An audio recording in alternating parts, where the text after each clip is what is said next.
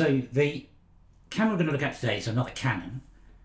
This is the direct follow-on from the EOS 100, which I've already made a video about.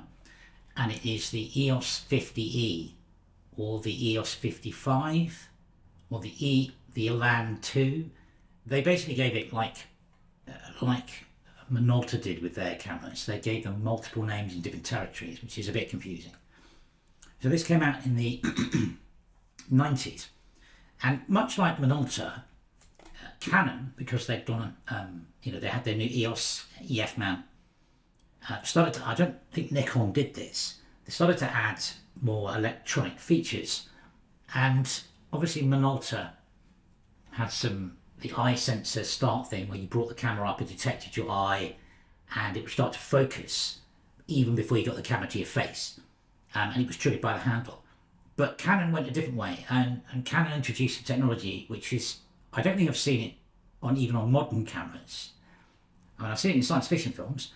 I mean, you remember there's a Clint Eastwood movie called Firefox where he steals a Russian plane that can understand what he thinks and translates it into like, where things go, like the missiles and all that. Well, what they did in the EOS 5E is they introduced a thing called eye control, which is, I don't know if it's of any use whatsoever, but it's interesting. So what happens is you bring the camera to your eye and it has 3 focusing points, and you train it. You sort of have to do a sort of training phase with it, that where your eye looks, that you're actually looking, that focus patch is where you want to focus. So you've got these three spots. So you look to the left, it'll focus on the left spot, and that's where you're focusing. So it actually detects your eye movement. I don't know if it's firing lasers at your eye or something. I don't know, but I mean, with 3 focus patches, it's not really the most usable thing to think about. I think it came from the EOS 5, which was their one of their professional cameras. This is sort of like high-end amateur type thing. But apart from that funky feature, I mean, it's a very capable camera.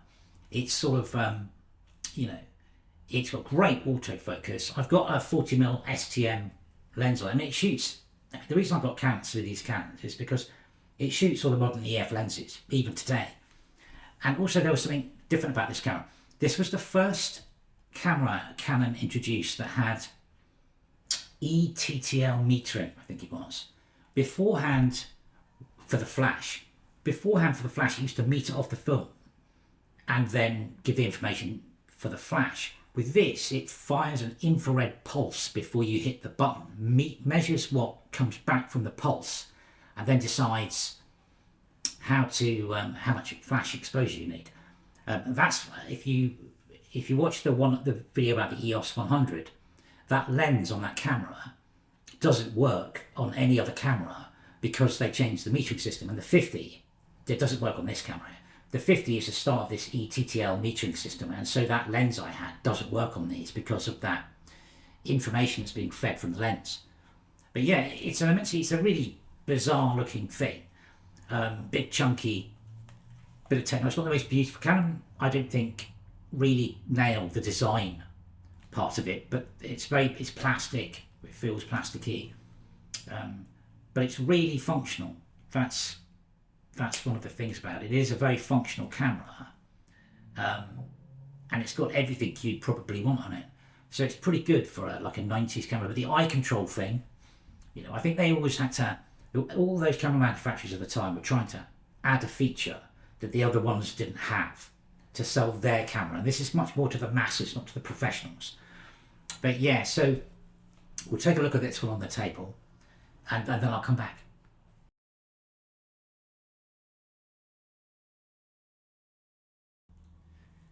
Okay, so this is the Canon EOS 50E. Let's have a look around it. Okay, over on the left-hand side here, we've got metering controls. So you've got 3 meter modes for this thing, if we can get it to work. Okay, so you've got,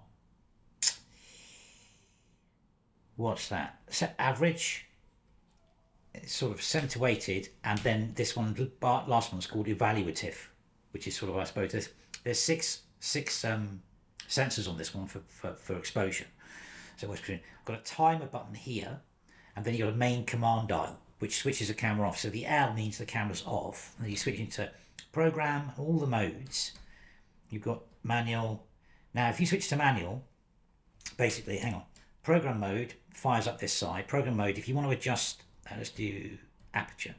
So aperture priority, if you want to change the aperture, you use this wheel over here, changes the aperture.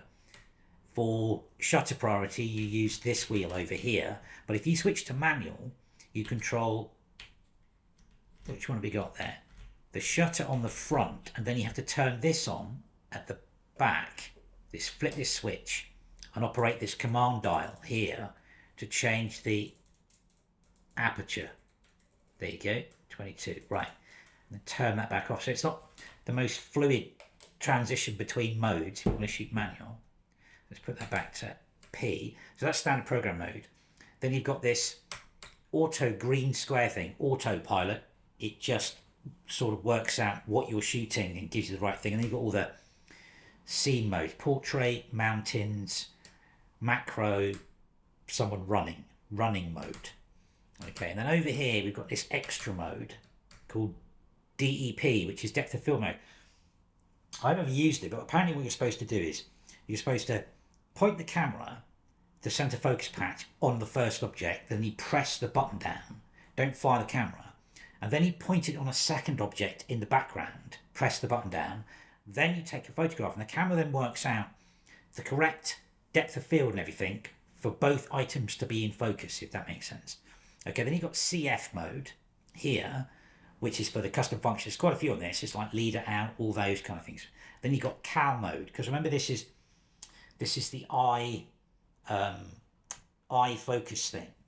So basically, you calibrate your eye. When you're in this mode, you can calibrate where your eye is with the 3 focus patches.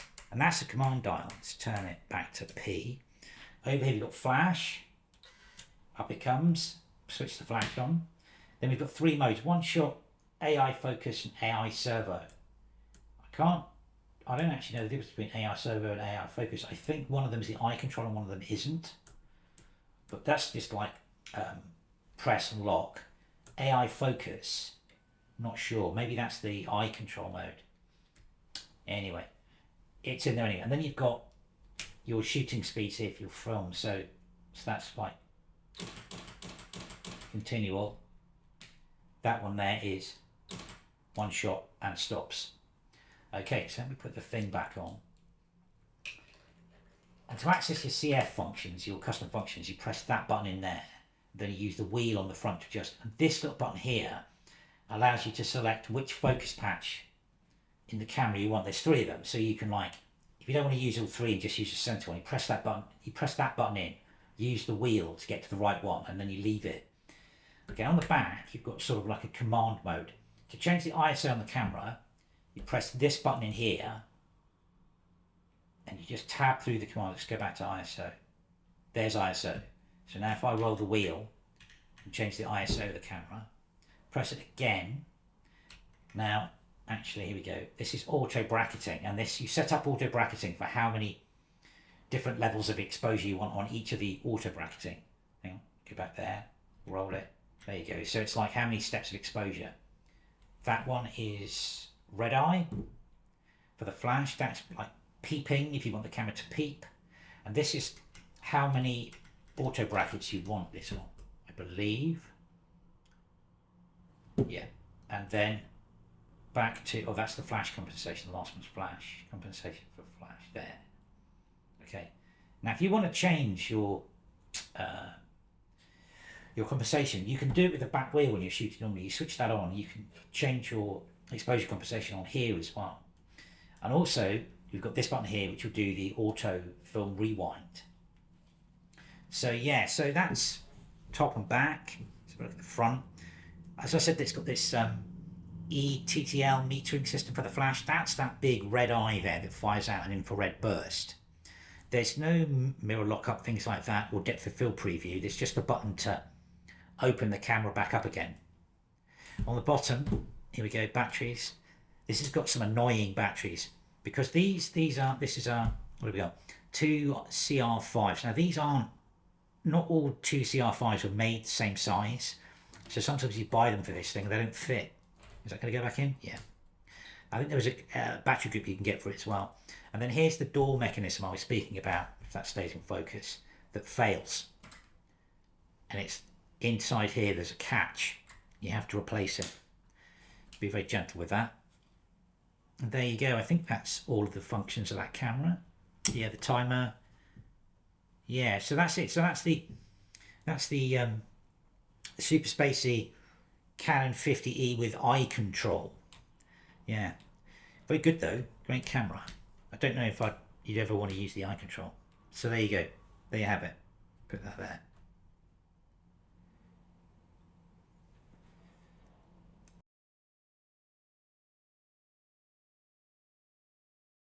Okay, so that's the Canon EOS 50E with eye control. Clever technology for the time, you have to give it to them. I don't know how useful it is. I've never used it. I mean, it's only got 3 focus patches.